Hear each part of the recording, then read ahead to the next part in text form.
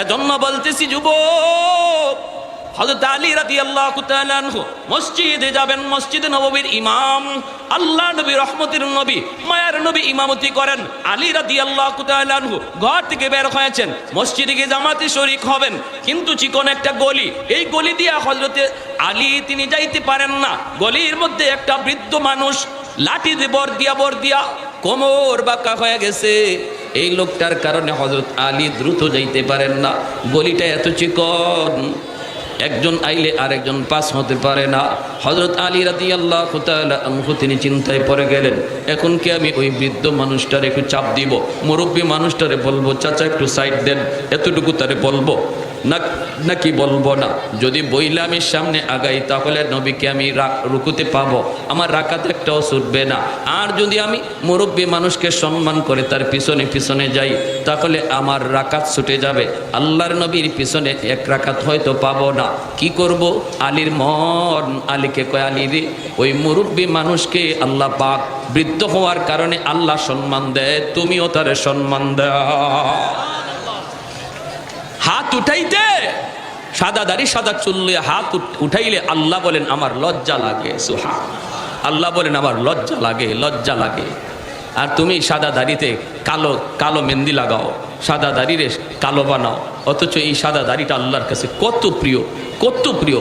যখনই সাদা দাড়ি নিয়ে বান্দা হাত তোলে আল্লাহ বলে তার হাতটারে ফিরাই দিতে আমার লজ্জা লাগে। সুবহানাল্লাহি ওয়া বিহামদিহি সুবহানাল্লাহিল আযীম। হযরত আলী পিছনে পিছনে যাইতেছেন, তাড়াহুড়া করলেন না, মুরব্বী মানুষের সম্মানে। এইদিকে মায়ার নবী নামাজে দাঁড়ায়া রুকুতে চলে গেছেন। যেই মাত্র রুকুতে গেছেন, আল্লাহ আলীর এই কাজের উপরে আল্লাহ এত খুশি হয়েছে, আল্লাহ কয় জিব্রাইল যাও, তাড়াতাড়ি যাও। জিব্রাইল আমিন আইসে মায়ার নবীর রুকুতে ডাক দেয়া কই, নবী গো, রুকু লম্বা করেন, মাথা উঠায়েন না। ওগো নবী, রুকু লম্বা করেন, মাথা উঠায়েন না, কারণ আপনার আলী এখনো নামাজে শরীক হতে পারে নাই। আলী এখনো রাস্তায়। আল্লাহ নবী নামাজের ভিতরে অবাক হয়ে গেলেন, কথা তো বলতে পারেন না। নবী শুধু জিব্রাইলের আওয়াজটা পাইলেন। জিব্রাইল বলতেছে, নবী গো, আমি দাঁড়ানো আছি, আমি যতক্ষণ না বলবো আপনি রুকু থেকে মাথা তুইলেন না। রুকু না পাইলে তো রাকাত পাওয়া হয় না। আল্লাহর নবী রুকু লম্বা করতেছেন, লম্বা করতেছেন। আলী রাদিয়াল্লাহু তাআলা আনহু তিনি আয়া মায়ার নবীকে রুকুতে পাইলেন। যেই মাত্র রুকুতে পাইছেন তখন জিব্রাইল কয়, নবী গো, এইবার আপনি মাথা উঠান, আপনার আলী নামাজে শরীক হয়ে গেছে। নামাজ শেষ হওয়ার পর দিনের নবীর মনের ভিতরে আলীর প্রতি তো একটু গুসা, কেন আলীর কারণে আজকে রুকুতে আমার লম্বা করতে হলো। নামাজ শেষ হতেই মায়ার নবী মিম্বরে বৈশা ডাক দিলেন, আলী এদিকে আসো। সাহাবায়ে কেরামও জানতে চাইতেছেন বিষয়টা কি, অন্য দিনের চেয়ে আল্লাহর নবী আজকে রুকু কেন লম্বা করলেন। নবী ডাক দিলেন, আলী এদিকে আসো। আল্লাহ নবী কয়, আলী কি ব্যাপার, আজকে নামাজে আসতে দেরি হলো কেন? হযরত আলী বলেন, নবী গো, কই দেরি তো বেশি হয় নাই, আমি তো আপনাকে রুকুতে পাইছি। আল্লাহ নবী কই, রুকু পাইছো? খবর আসেনি তোমার, রুকু কেমনে তুমি পাইছো? ওরে আলী, তুমি রুকু পাওয়ার জন্য আল্লাহ পাক আমাকে রুকুতে ঝুলায় রাখছে। সুবহানাল্লাহ। রুকুতে জিব্রাইল পাঠায় আল্লাহ আমাকে রুকুর মধ্যে আটকায় রাখছে। বন্ধু, তুমি মাথা তুইল না, আলী এখনো নামাজে শরীক হয় নাই, তোমার জন্য রুকু লম্বা করলাম যেন তুমি রুকু পাও। হযরত আলী অবাক হয়ে গেলেন, ইয়া রাসূলুল্লাহ, আমি বুঝতে পারি নাই গো নবী, বুঝতে পারি নাই। নবী বলেন, বুঝবা পরে, আগে বলো কি হইছে কও। হযরত আলী তখন চোখ থেকে দর দর করে পানি পড়ে আর কান্দে আর কই, নবী গো, আমি বেশি আমল করি নাই, শুধু এতটুকু করেছি, আমি একজন মুরব্বী মানুষকে শ্রদ্ধা করেছি, সম্মান দিয়েছি। আল্লাহর নবীর চোখ থেকে পানি পড়ে আর নবী কয়, আলী রে, একটু দেখ, একজন মুরব্বীরে সম্মান করলে আল্লাহ কত খুশি হয়।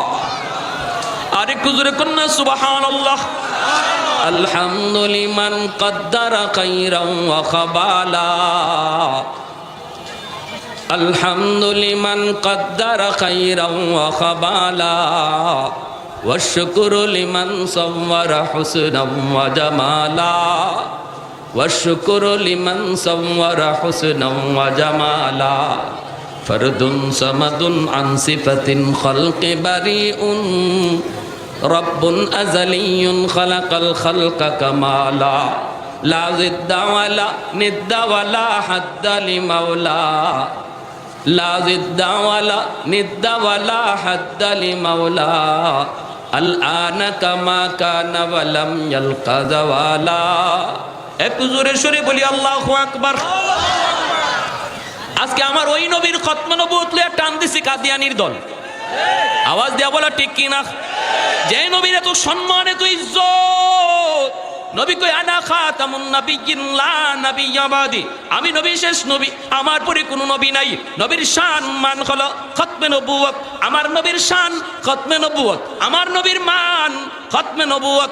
অতএব নবীর এই খতমে নবুয়তের সিংহাসন কোন বেঈমান যদি কারাকারি করে, কোন বেঈমান যদি ডাকাতি করে, নবীর উম্মত প্রতিটা উম্মতের দায়িত্ব হলো বেঈমানের দাঁত ভাঙা জবাব দিয়া নবীর চেয়ার আটকায় রাখা। এটা গোটা উম্মতের দায়িত্ব, শুধু হুজুরদের দায়িত্ব না, শুধু আলেমদের দায়িত্ব না। যদি বলি আমি নবীর উম্মত, যদি আমি হাসরের মাঠে নবীর সুপারিশ চাই, প্রত্যেক উম্মতের দায়িত্ব। ঠিক কিনা? জোরে আওয়াজ দিয়া বলে।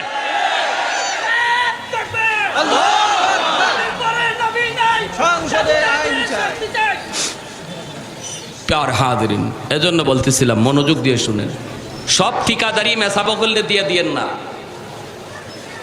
শুধু নবী শুধু আমরা হুজুরদের জন্য না, সবার ওই আওয়াজ আসতে কেন? নবী খালি আমাকে হুজুরদের না, সবার। তাহলে আমার নবীর খতমে নবুয়তের উপরে হামলা হবে, আর দায়িত্ব শুধু হুজুরদের কান্দে দিয়া দিবেন। হাসরের মাঠে নবীর সামনে মুখ দেখাইবেন কেমনে? আমি আওয়ামী লীগ বুঝি না, বিএনপি বুঝি না, কোনো দল বুঝি না, সবার একটা জিনিস বুঝি, আমরা সবাই এই কথা বিশ্বাস করি, আমার নবী আমার শেষ নবী। অতএব যে যে অবস্থানে আছি, যে যে জায়গায় আছি, ওখান থেকেই প্রতিবাদ করা, কাদিয়ানীদের এই বিশ্ব ইজতেমা বন্ধ করা, কাদিয়ানীদের ইজতেমা পঞ্চগড়ে বন্ধ করা। এতে যদি আমাদের রক্ত দিতে হয়, হাসরের মাঠে নবীর সামনে হাসতে হাসতে সুপারিশ পাইতে কারা কারা তৈয়ার? হাত উঠে আল্লাহকে দেখা।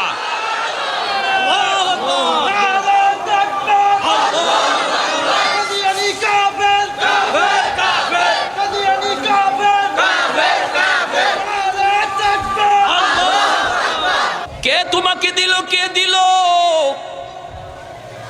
যদি তুমি আর আমি এই মুহূর্তে এতটুকু আল্লাহকে বলতে পারি, মালিক জানি না কোন দিন মালাকুল মউতের সাথে আমার সাক্ষাৎ হয়ে যায়, ঘরে হয় না বাকিরে হয়, গাড়িতে হয় না বাড়িতে হয়, জানি না মালিক, জানি না। এই কথাটা মনে কইরা দিলটারে নরম করে এই মুহূর্তে যদি আমি কই, আল্লাহ যা করেছি ভুল করেছি, আর না আর না। আল্লাহ পাক তোমার আমার জিন্দগির গুনাহ যদি পাহাড় পরিমাণ হয়, আল্লাহ বলেন বান্দা তোর পাহাড় পরিমাণ গুনাহকে আমি পাহাড় পরিমাণ নেকি বানায় দিব। গুনাহ যদি সাগর পরিমাণ হয়, সাগর পরিমাণ গুনাহকে আল্লাহ সাগর পরিমাণ নেকি বানায় দেয়। তওবার এত পাওয়ার, এত পাওয়ার, খাঁটি দিলে অনুতপ্ত হয়ে আল্লাহর কাছে তওবা করার এত পাওয়ার।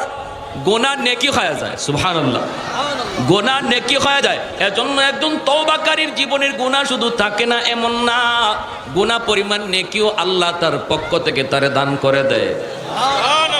এজন্য কিয়ামতের ময়দানে তওবাকারী আমলনামা দেখে বুঝতে পারবে না এটা তার আমলনামা নাকি অন্য কেউ আমলনামা। বলবে মালিক মনে হয় তোমার ফেরেশতারা ভুল করে আমাকে আমলনামা দিয়ে দিছি, এটা আমার হতেই পারে না। আল্লাহ বলবেন কেন? এই আমল তো আমি করি নাই, এটা তো আমি করি নাই, ওটা তো আমি করি নাই, ফেরেশতারা মনে হয় ভুল করেছে। আল্লাহ তখন বলবেন বান্দা আমার ফেরেশতারা কখনো ভুল করে না রে, তুমি যে খাঁটি দিলে তওবা করেছিলা, এই তওবার খাতিরে আমি আল্লাহ তোমার গুনাহগুলির নেকি দ্বারা বদলায়া দিছি। আহাদুল লাইসা কামিসলি সামাদুল লাইসা কাফাদলি লিমানিল মুলকু তুগুই তো সাদাওয়ার খুদাই তো খুদা বন্দে আমি নি তো খুদা বন্দে জাসারি তো খুদা বন্দে জমি নি তো খুদা বন্দে সামাই তো রহিমি তো করিমি তো সমিঈ তো বসিরি তো মুইদ্দি তো মুদিল্লি তো মালিকিল আরশি বজাই বরি আল খুরদন অখুফতন বরি আল তোহমতে মরদন বরি আল বিম উমিদি বরি আল রঞ্জ বালাই। হযরত আবু বকর সিদ্দিক রাদিয়াল্লাহু তাআলা আনহু ওমর ফারুক রাদিয়াল্লাহু তাআলা আনহুকে বলেন, ভাই ওমর আমার মনে হয় তুমি উমরের জীবনের নেকি আমি আবু বকরের চেয়ে বেশি। হযরত উমর বলেন, আপনি উম্মতের ভিতরে শ্রেষ্ঠ, আপনার চেয়ে আমার নেকি বেশি হয় কেমনে? দলিল দলিল। সিদ্দিক আকবর বলে, দলিল হলো আল্লাহর কোরআনের আয়াত। কোন আয়াত? কই কোরআনের আয়াত, ইল্লা মান তাবা ওয়া আমানা ওয়া আমিলা আমালান সালিহা ফাউলাইকা ইউবাদদিলুল্লাহু সাইয়্যাতিহিম হাসানাত। আল্লাহ বলেছেন তওবার খাতিরে আল্লাহ পাক গুনাহকে নেকি দ্বারা বদলায় দেয়, গুনাহকে নেকি দ্বারা বদলায় দেয়। অতএব যার যেই পরিমাণ গুনাহ নেকিও হয়ে যাবে সেই পরিমাণ তওবার কারণে। সুবহানাল্লাহ জোরে বলেন। গুনাহগারের গুনাহ যত বেশি তওবার খাতিরে নেকিও হয় তত বেশি। তোমার পিছনের জীবনের গুনাহ তো আমি আবু বকরের চেয়ে বেশি। ঈমান আনার কারণে, তওবা করার কারণে নেকিও তো তোমার বেশি হয়ে গেল। এই কথা বলতে আবু বকর সিদ্দিক রাদিয়াল্লাহু তাআলা আনহুকে হযরত ওমর ডাক দিয়া বলে, ভাই আবু বকর, আমি এত কিছু বুঝি না রে ভাই, এত কিছু আমি বুঝি না। যদি আমি ওমরের জীবনের নেকি তোমার আবু বকরের জীবনের নেকির চেয়ে বেশি হয়, তাহলে আসো আমরা নেকি বদলা বদলি করি, নেকি আমরা পাল্টা পাল্টি করি। হযরত আবু বকর বলেন, কেমনে? ওমর বলেন, আমি ওমর আমার জীবনের সব নেকি তোমাকে দিয়া দিব, বিনিময়ে তুমি আমাকে জীবনের নেকি লাগবে না, শুধু এক রাতের নেকি দিয়া দিবা। সিদ্দিক বলেন, ভাই কোন রাতের কথা বলছো? হযরত ওমর বলেন, সেটা হলো মায়ার নবীর সাথে হিজরতের রাত। যেই রাতে আমার নবীকে নিয়ে তুমি হিজরত করেছো। আমার নবীকে নিয়ে হিজরত করার কারণে নবী তোমাকে বলেছিলেন, আবু বকর রেডি থাকো, হিজরত করা লাগবে। ওই দিনের পর থেকে 40টা রাত পর্যন্ত তুমি ঘুমাও নাই। দরজার পাশে কান খাড়া করে দাঁড়ায় দাঁড়ায় শুধু অপেক্ষায় ছিলা কখন আমার মায়ের নবী আয়েশা আমাকে ডাক দিই, আবু বকর চলো হিজরতের টাইম হয়ে গেছে। এতটুকু ডাক শোনার জন্য তুমি 40টা রাত ঘুমাও নাই, একটা দুইটা রাত নয়, 40টা রাত তুমি ঘুমাও নাই। অবশেষে সেই রাত আসলো, নবীকে নিয়ে তুমি হিজরতের উদ্দেশ্যে রওনা দিলা। ওই যে গারে সুর, যে গারে সুরের মধ্যে নবীকে নিয়ে 3 দিন তোমরা অবস্থান করেছিলে, সেই গার কত উঁচু পাহাড়ের উপর। যারা মক্কা মদিনা গেছেন তারা দেখছেন ওই গার, যেই গারে আমার নবী 3 দিন অবস্থান করেছিলেন, কত উঁচু পাহাড়, পাহাড় বেয়ে বেয়ে ওটা কত কঠিন, কত কঠিন। আজ তো সৌদি সরকার রাস্তা করে দিছে, তখন তো রাস্তাও ছিল না। সেই পাহাড়ের উপরে ওঠা, পাথর বেয়ে বেয়ে উপরে উঠতে হতো। হযরত ওমর ফারুক রাদিয়াল্লাহু তাআলা আনহু বলেন, ভাই আবু বকর, ওই পাহাড়ের কিনারে যায় তুমি মায়ার নবীকে বলেছিলে, নবী গো এই পাহাড় বেয়ে বেয়ে উঠতে আপনার কষ্ট হবে গো নবী, ওগো নবী আপনার পাহাড় বেয়ে বেয়ে উঠতে আপনার কষ্ট হবে, আপনি আমার পিঠে উঠেন। মায়ার নবীর নিজের পিঠে উঠাইয়া তুমি একা পাহাড় বায়া বায়া সেই গর্তের মধ্যে যায় পৌঁছিলা। আমার নবীর নিজের কান্দে উঠাইয়া পাথর বেয়ে বেয়ে সেই গুহার কিনারায় গেলা। নবীর কষ্ট দিতে দাও নাই, জোরে বলি সুবহানাল্লাহ। সেই গুহার কিনারায় যাইও তুমি আমার নবীরে ঢুকতে দাও নাই। গুহার ভিতরে হিংস্র জীব জানোয়ার আছে কিনা এটা বোঝার জন্য মায়ার নবীরে তুমি গুহার বাকিরে দাঁড় করায় বলছিলা, নবী গো আপনি আগে ঢুকেন না গো নবী, আপনি আগে ঢুকবেন না, আমি আবু বকর আগে ঢুকবো।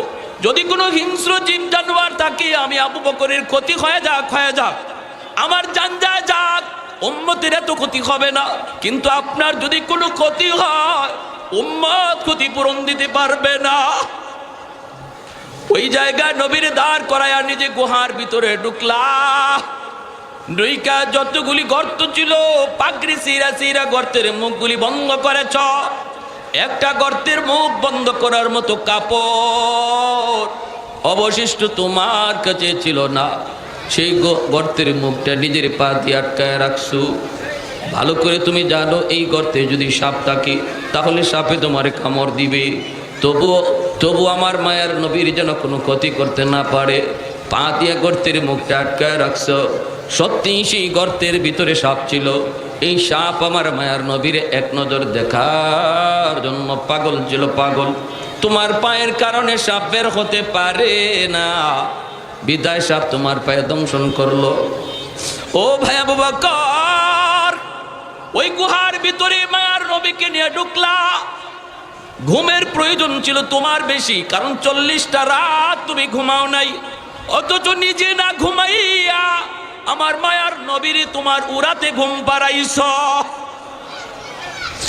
তোমার উরুতে আমার রহমতের নবী মায়ার নবী তিনি ঘুমাইলেন, আর তুমি পা দিয়ে আটকায় রাখছো গর্তের মুখ। ওই গর্তের সাপ তোমাকে কামড় দিল, বিষের যন্ত্রণায় তুমি অস্থির, চেহারাটা তোমার ফ্যাকাশে হয়ে গেল, বিষের যন্ত্রণায় তুমি অস্থির। এরপরও তুমি কিরিমিরি খায় হজম করতেছো। বডি নড়াচড়া করো না, বডি নড়াচড়া করো না, কারণ বডি যদি নড়াচড়া করো আমার মায়ার নবীর ঘুম ভেঙে যাবে, আমার মায়ার নবীর ঘুম ভেঙে যাবে। এর জন্য নিজের বডিটা তুমি নড়াচড়া করলা না। মায়ার নবীর চেহারার উপরে তোমার এক ফোঁটা অশ্রু পড়লো, নবীজির ঘুম ভেঙে গেল। মায়ার নবী তুতু লাগাই দিলেন, বিষাক্ত সাপের বিষ পানি হয়ে গেল। ও ভাই আবু বকর, আমি ওমর আমার জীবনের সব নেকি তোমারে দিয়ে দিলাম, বিনিময়ে আমাকে শুধু ওই এক রাতের নেকি দিয়া দাও। सिद्दीक तेरा नाम से इस्लाम रहेगा, सिद्दीक तेरा नाम से इस्लाम रहेगा, दुनिया की सदाकत में तेरा नाम रहेगा, दुनिया की सदाकत में तेरा नाम रहेगा, फारूक तेरा नाम से इस्लाम रहेगा, दुनिया की अदालत में तेरा नाम रहेगा, उस्मान तेरा नाम से इस्लाम रहेगा, दुनिया की सखावत में तेरा नाम रहेगा, हैदर तेरा नाम से इस्लाम रहेगा, दुनिया की शजाअत में तेरा नाम रहेगा, मुआविया तेरा नाम से इस्लाम रहेगा, दुनिया की सियासत में तेरा नाम रहेगा। एक जोरे सुरे बोली अल्लाहु अकबर, मुसलमानेर आवाजे अल्लाहु अकबर। আবু বকর সিদ্দিক রাদিয়াল্লাহু তাআলা আনহু বলে, ভাই উমর, ওই রাতে আমি আবু বকরের কি পরিমাণ নেকি হয়েছে এটা আমি নিজেও তো জানি না। আমি যে এক রাতের নেকি তোমাকে দিব, বিনিময়ে তোমার জীবনের নেকি নিয়ে আনব, নিব আর দিব, কেমনে দিব আমি তো নিজেই জানি না। চলো মায়ার নবীর কাছে যাই। দুজন আল্লাহর নবীর কাছে হাজির। আল্লাহ নবী জিজ্ঞেস করেন, কেন, কি জন্য এসেছো? সিদ্দিক আকবর বলে, নবী গো, আমরা আমাদের জীবনের নেকি বদলা বদলি করতে চাই গো নবী। উমর তার জীবনের নেকি আমাকে দিয়ে দিতে চায়, বিনিময়ে আমি আবু বকরের জীবনের নেকি চাই না, শুধু এক রাতের নেকি চায়।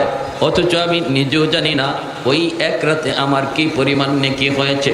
আল্লাহর নবী তখন বলেন, কোন রাতের কথা বলছো আবু বকর? সিদ্দিক আকবর বলে, নবী গো, ওই রাত হলো আপনার সাথে হিজরতের রাত, এই রাত হলো আপনার সাথে হিজরতের রাত। আল্লাহ নবী কে, আবু বকর, জীবনের নেকি বদলা বদলি করবা কি করবা না আমি নবী জানি না, আমি তোমাদের কোনো পরামর্শ দিব না। কার মন খুশি হয় আর কার মন নারাজ হয়? একজন নবীর ডান হাত আর একজন নবীর বাম হাত, একজন নবীর ডান হাত আর একজন নবীর বাম হাত, নবীর পাশের সবচেয়ে কাছের দুই বন্ধু। আজও আমার নবী সেই দুই বন্ধুকে নিয়ে মদিনার রওজায় নবী শুয়ে আছেন। ডানে বামে সেই দুই বন্ধুকে নিয়ে আমার নবী রওজায় শুয়ে আছেন। আবার নবীর সম্পর্কে শ্বশুর। এজন্য মায়ের নবী কয়, আবু বকর, আমি কোনো রায় দিব না, আমি কোনো রায় দিব না রে আবু বকর, তবে যেটা জানতে চেয়েছো সেটা বলতে পারি। ওই রাতে তোমার কি পরিমাণ নেকি হয়েছে সেটা বলতে পারি, বাকি এরপরে কি করবা সেটা তোমার ইচ্ছা। আল্লাহর নবী বলে, আবু বকর, গোটা উম্মতের নেকি যদি এক পাল্লায় রেখে দেওয়া হয় আর তোমার এক রাতের নেকি এক পাল্লায় রাখা হয়, তোমার পাল্লা ভারী হয়ে যাবে। এ যুবক, এজন্য বলি আল্লাহর গোলাম, সব জিনিসে সময় লাগে না আল্লাহর ওলি হইতে। সব জিনিসে সময় লাগে না আল্লাহর ওলি হইতে। আল্লাহর ওলি মানে কি? আল্লাহকে খুশি করা। সবাইকে খুশি করতে সময় লাগে। মানুষকে খুশি করা কঠিন, আল্লাহকে খুশি করা সহজ। মানুষকে খুশি করা কঠিন, মানুষের খুশি দইরা রাখাও কঠিন। আল্লাহকে খুশি করাও সহজ, আল্লাহকে খুশি রাখাও সহজ। এই মুহূর্তে যদি আমি আপনি নিয়ত করি, মালিক আর গুনাহ করবো না, আর জিন্দেগিতে রোজা ছাড়বো না, আর কোনোদিন নামাজ তরক করবো না, আর বাপ মার সাথে বেয়াদবি করবো না, মুরব্বীদের সাথে বেয়াদবি করবো না, এই কথাটা দিলে শুধু আল্লাহকে বলো। আল্লাহ দিলের খবর জানেনি না জানে না।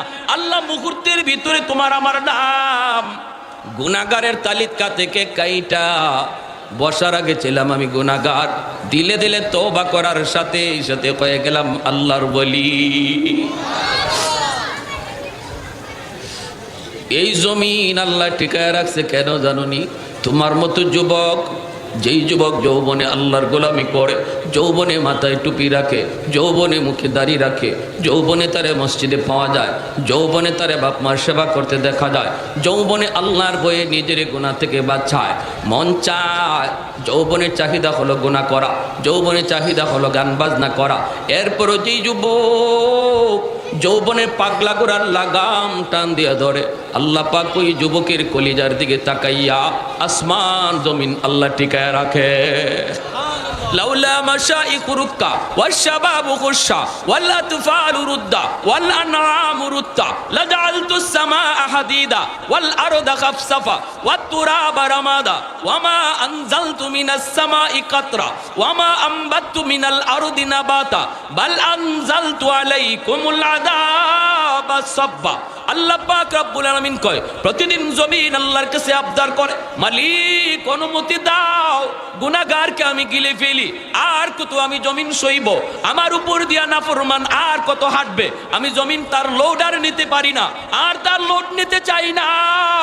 অনুমতি দাও, আমি তারে গিলে ফেলি, আমি তার বাড়ি সহ গিলে ফেলি, সুদকরের 5 তলা বিল্ডিংটা আমি গিলে ফেলি। প্রতিনিয়ত আল্লাহর কাছে জমিন আবদার করে। তুরস্কের জমিন 5 তলা 10 তলা বিল্ডিং গিলে ফেলেছে, সিরিয়ার জমিন 50,000-এর উপরে মানুষ গিলে ফেলেছে।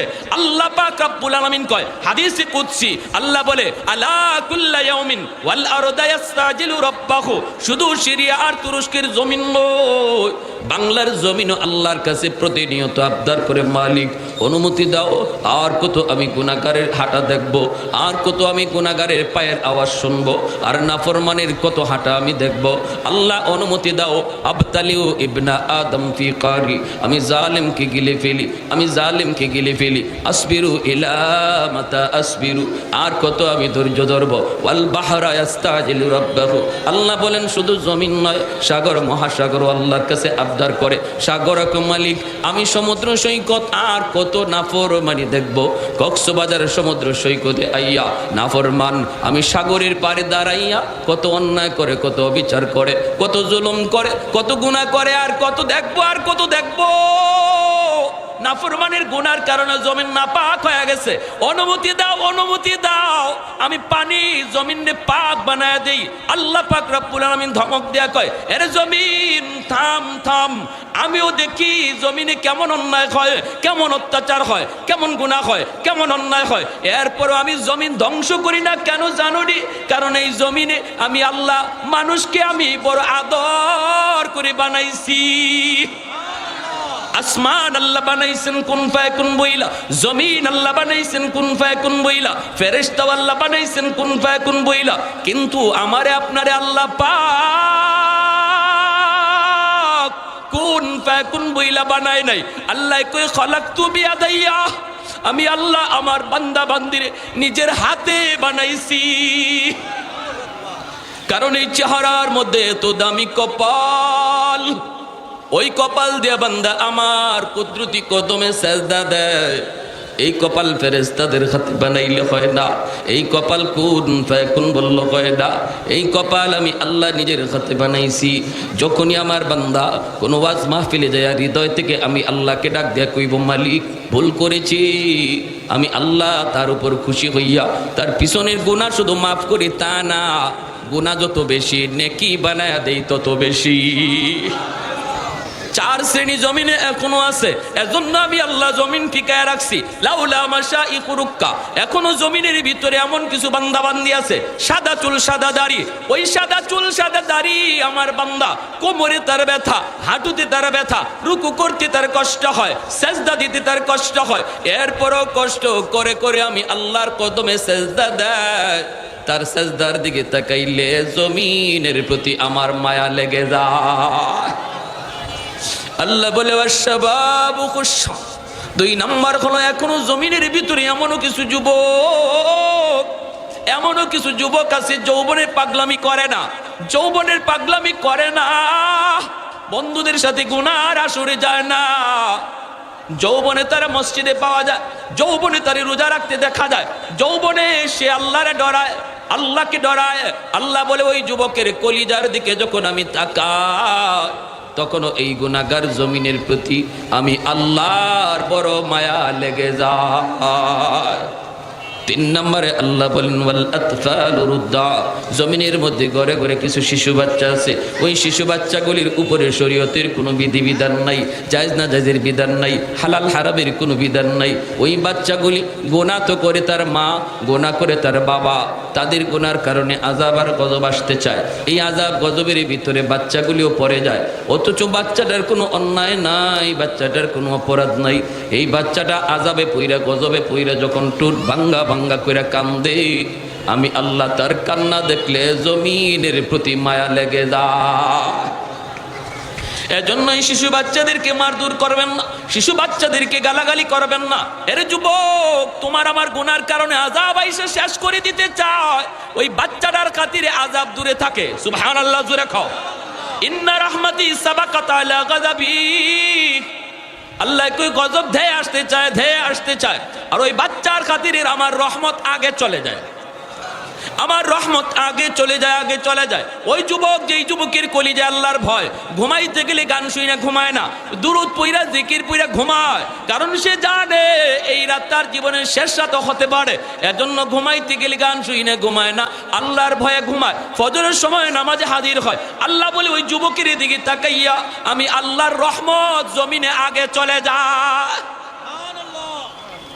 বৃদ্ধ বাবাজিরা, ওই বৃদ্ধ বাবাজি, যেই বৃদ্ধ মানুষটা সাদা চুল সাদা দাড়ি, শরীরে তার শক্তি নেই, এরপরও চেয়ারে বসে নামাজ পড়ে না, সেজদা দিতে তার কষ্ট হয়, এরপরও জমিনে কপালটা টেকায়, আল্লাহ বলে তার সেজদার দিকে তাকাইলো আমি আল্লাহ জমিনের প্রতি আমার মায়া লেগে যায়। এ ভাই মনে রাখবা, যুবক মুরব্বীদের সাথে বেয়াদবি কইরো না রে, মুরব্বীদের সাথে বেয়াদবি করবা না। নবী কইছে তোমার আব্বা যদি কবরে চলে যায়, বাবার বয়সের মানুষগুলারে তুমি যদি শ্রদ্ধা করো, বাবার বয়সের মানুষগুলারে যদি তুমি ইজ্জত করো, সম্মান করো, আল্লাহ পাক তোমার খেদমত বাবার কবরে আল্লাহ পৌঁছায় দিব। আর বাবার বয়সের মানুষের কলিজায় যদি ব্যথা দাও, বাবার কলিজায় ব্যথা দিলা, কবরে শুয়ে থাকা বাবার কলিজায় তুমি ব্যথা দিলা। বনু তামিম পুত্রের যুবককে আল্লাহ নবী এইভাবেই সবক দিয়েছেন। এজন্য বলতেছি যুবক, হযরত আলী রাদিয়াল্লাহু তাআলা আনহু মসজিদে যাবেন, মসজিদে নববীর ইমাম, আল্লাহ নবী রহমতের নবী মায়ার নবী ইমামতি করেন। আলী রাদিয়াল্লাহু তাআলা আনহু ঘর থেকে বের হয়েছেন, মসজিদে গিয়ে জামাতে শরীক হবেন, কিন্তু চিকন একটা গলি, এই গলি দিয়া হযরতে আলী তিনি যাইতে পারেন না। গলির মধ্যে একটা বৃদ্ধ মানুষ লাঠি দিয়ে বর দিয়া কোমর বাঁকা হয়ে গেছে, এই লোকটার কারণে হযরত আলী দ্রুত যাইতে পারেন না। গলিটা এত চিকন, একজন আইলে আরেকজন পাস হতে পারে না। হযরত আলী রাদিয়াল্লাহু তাআলা আনহু তিনি চিন্তায় পড়ে গেলেন, এখন কি আমি ওই বৃদ্ধ মানুষটার একটু চাপ দিব, মুরব্বী মানুষটারে বলবো চাচা একটু সাইড দেন, এতটুকু তারে বলবো নাকি বলবো না? যদি বইলে আমি সামনে আগাই তাহলে নবীকে আমি রুকুতে পাবো, আমার রাকাত একটাও ছুটবে না। আর যদি আমি মুরব্বী মানুষকে সম্মান করে তার পিছনে পিছনে যাই তাহলে আমার রাকাত ছুটে যাবে, আল্লাহর নবীর পিছনে 1 রাকাত হয়তো পাবো না। কি করব? আলীর মন আলীকে কয়, আলী রে, ওই মুরব্বী মানুষকে আল্লাহ পাক বৃদ্ধ হওয়ার কারণে আল্লাহ সম্মান দেয়, তুমিও তারে সম্মান দাও। হাত উঠাইতে, সাদা দাড়ি সাদা চুল লইয়া হাত উঠাইলে আল্লাহ বলেন আমার লজ্জা লাগে। সুবহান, আল্লাহ বলেন আমার লজ্জা লাগে। আর তুমি সাদা দাড়িতে কালো কালো মেহেন্দি লাগাও, সাদা দাড়িরে কালো বানাও, অথচ এই সাদা দাড়িটা আল্লাহর কাছে কত প্রিয়, কত প্রিয়। যখনই সাদা দাড়ি নিয়ে বান্দা হাত তোলে, আল্লাহ বলে তার হাতটা ফিরাই দিতে আমার লজ্জা লাগে। সুবহানাল্লাহি ওয়া বিহামদিহি সুবহানাল্লাহিল আযীম। হযরত আলী পিছনে পিছনে যাইতেছেন, তাড়াহুড়া করলেন না, মুরব্বী মানুষের সম্মানে। এইদিকে মায়ার নবী নামাজে দাঁড়ায়া রুকুতে চলে গেছেন। যেই মাত্র রুকুতে গেছেন, আল্লাহ আলীর এই কাজের উপরে আল্লাহ এত খুশি হয়েছে, আল্লাহ কয় জিব্রাইল যাও, তাড়াতাড়ি যাও। জিব্রাইল আমিন আইসে মায়ার নবীর রুকুতে ডাক দেয়া কই, নবী গো রুকু লম্বা করেন, মাথা উঠায়েন না। ওগো নবী রুকু লম্বা করেন, মাথা উঠায়েন না, কারণ আপনার আলী এখনো নামাজে শরীক হতে পারে নাই। আলী এখনো রাস্তায়। আল্লাহ নবী নামাজের ভিতরে অবাক হয়ে গেলেন, কথা তো বলতে পারেন না। নবী শুধু জিব্রাইলের আওয়াজটা পাইলেন। জিব্রাইল বলতেছে, নবী গো আমি দাঁড়ানো আছি, আমি যতক্ষণ না বলবো আপনি রুকু থেকে মাথা তুইলেন না। রুকু না পাইলে তো রাকাত পাওয়া হয় না। আল্লাহর নবী রুকু লম্বা করতেছেন, লম্বা করতেছেন। আলী রাদিয়াল্লাহু তাআলা আনহু তিনি আয়া মায়ার নবীকে রুকুতে পাইলেন। যেই মাত্র রুকুতে পাইছেন, তখন জিব্রাইল কয়, নবী গো এইবার আপনি মাথা উঠান, আপনার আলী নামাজে শরীক হয়ে গেছে। নামাজ শেষ হওয়ার পর দিনের নবীর মনের ভিতরে আলীর প্রতি তো একটু গুসা, কেন আলীর কারণে আজকে রুকুতে আমার লম্বা করতে হলো। নামাজ শেষ হতেই মায়ার নবী মিম্বরে বইসা ডাক দিলেন, আলী এদিকে আসো। সাহাবায়ে কেরামও জানতে চাইতেছেন বিষয়টা কি। অন্য দিনের চেয়ে আল্লাহর নবী আজকে রুকু কেন লম্বা করলেন। নবী ডাক দিলেন, আলী এদিকে আসো। আল্লাহ নবী কয়, আলী কি ব্যাপার, আজকে নামাজে আসতে দেরি হলো কেন? হযরত আলী বলেন, নবী গো কই দেরি তো বেশি হয় নাই, আমি তো আপনাকে রুকুতে পাইছি। আল্লাহ নবী কই, রুকু পাইছো? খবর আছে নি তোমার, রুকু কেমনে তুমি পাইছো? ওরে আলী, তুমি রুকু পাওয়ার জন্য আল্লাহ পাক আমাকে রুকুতে ঝুলায় রাখছে। সুবহানাল্লাহ। রুকুতে জিব্রাইল পাঠায় আল্লাহ আমাকে রুকুর মধ্যে আটকায় রাখছে। বন্ধু তুমি মাথা তুইল না, আলী এখনো নামাজে শরীক হয় নাই, তোমার জন্য রুকু লম্বা করলাম যেন তুমি রুকু পাও। হযরত আলী অবাক হয়ে গেলেন, ইয়া রাসূলুল্লাহ আমি বুঝতে পারি নাই গো নবী, বুঝতে পারি নাই। নবী বলেন, বুঝবা পরে, আগে বলো কি হইছে কও। হযরত আলী তখন চোখ থেকে দর দর করে পানি পড়ে আর কান্দে আর কই, নবী গো আমি বেশি আমল করি নাই, শুধু এতটুকু করেছি, আমি একজন মুরব্বী মানুষকে শ্রদ্ধা করেছি, সম্মান দিয়েছি। আল্লাহর নবীর চোখ থেকে পানি পড়ে আর নবী কয়, আলী রে একটু দেখ, একজন মুরব্বীর সম্মান করলে আল্লাহ কত খুশি হয়। আরেকটু জোরে কন্যা সুবহানাল্লাহ। আলহামদুলিমান কদ্দারা খাইরান ওয়া খাবালা, আলহামদুলিমান কদ্দারা খাইরান ওয়া খাবালা, ওয়া শুকরু লিমান সাওয়ারা হুসনাম ওয়া জামালা, ওয়া শুকরু লিমান সাওয়ারা হুসনাম ওয়া জামালা, ফরদুন সামাদুন আন সিফাতিন খালকি বারিউন, রব্বুন আযালিয়্যুন খালাকাল খালকা কামালা, লা জিদ্দা ওয়ালা নিদ্দা ওয়ালা হাদ্দা লিমাওলা, লা জিদ্দা ওয়ালা নিদ্দা ওয়ালা হাদ্দা লিমাওলা, আল আনা কামা কানা ওয়া লাম ইয়ালকা যাওয়ালা। একটু জোরে সরে বলি আল্লাহু আকবার। আজকে আমার ওই নবীর খতম নবুয়ত লইয়া টান দিছি কাদিয়ানির দল। আওয়াজ দেয়া বলা ঠিক কিনা? যে নবীর এত সম্মান, এত ইজ্জত, নবী কই আনা খাতামুন নাবিয়্যিন লা নাবিয়্যা বাদি, আমি নবী শেষ নবী, আমার পরে কোনো নবী নাই। নবীর শান মান হলো খতমে নবুয়ত, আমার নবীর শান খতমে নবুয়ত, আমার নবীর মান খতমে নবুয়ত। অতএব নবীর এই খতমে নবুয়তের সিংহাসন কোন বেঈমান যদি কারাকারি করে, কোন বেঈমান যদি ডাকাতি করে, নবীর উম্মত, প্রতিটা উম্মতের দায়িত্ব হলো বেঈমানের দাঁত ভাঙা জবাব দিয়া নবীর চেয়ার আটকায় রাখা। এটা গোটা উম্মতের দায়িত্ব, শুধু হুজুরদের দায়িত্ব না, শুধু আলেমদের দায়িত্ব না। যদি বলি আমি নবীর উম্মত, যদি আমি হাসরের মাঠে নবীর সুপারিশ চাই, প্রত্যেক উম্মতের দায়িত্ব। ঠিক কিনা? জোরে আওয়াজ দিয়া বলেন।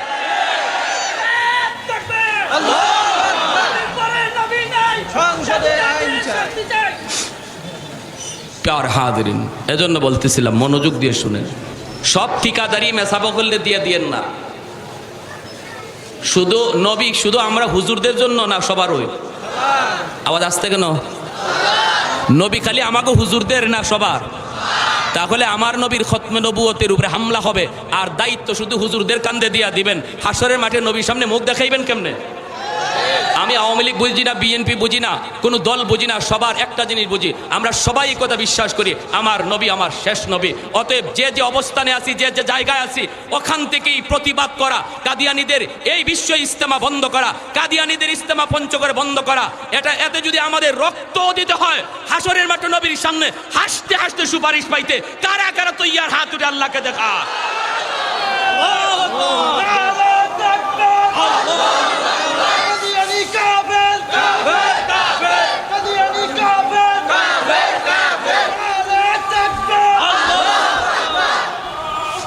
আজানে উত্তর দেন।